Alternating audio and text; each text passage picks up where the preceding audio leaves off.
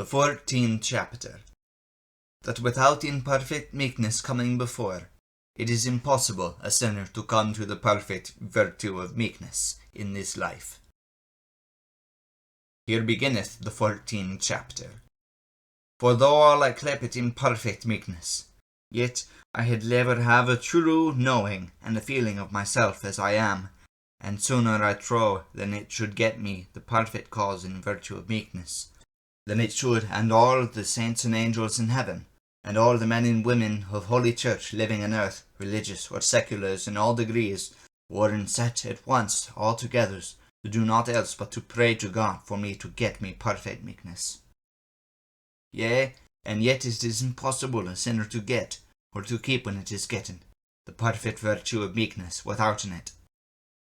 And therefore swink and sweat in all that thou canst and mayest, for to get thee a true knowing and a feeling of thyself as thou art. And then I trow that soon after that thou shalt have a true knowing and a feeling of God as he is, not as he is in himself, for that may no man do but himself, nay yet as thou shalt do in bliss both body and soul together, but as he is possible, and as he voucheth safe to be known and feeled of a meek soul living in this deadly body. And think not, for I set two causes of meekness, one perfect and another imperfect, that I will therefore that thou leave the travail about imperfect meekness, and set the holy to get the perfect. Nay, securely, I trow thou shouldest never bring it so about. But herefore I do that I do, for I think to tell thee, and let thee see the worthiness of this ghostly exercise before all other exercise, bodily or ghostly, that man can or may do by grace. How that a privy love put in cleanness of spirit upon this dark cloud of unknowing betwixt thee and thy God, subtly and perfectly containeth in it the perfect virtue of meekness, without in any special or clear beholding of anything under God. And for I would that thou knewest which were perfect meekness, and settest it as a token before the love of thine heart,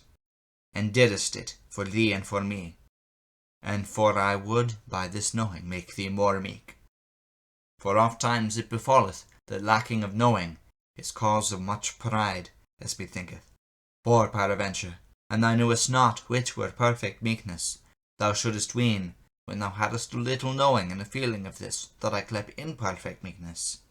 that thou hadst nigh on getten perfect meekness.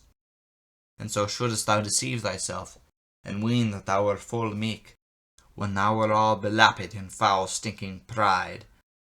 and therefore fond for to travail about perfect meekness, for the condition of it is such, that whoso hath it, and the whiles he hath it, he shall not sin, nay yet much after.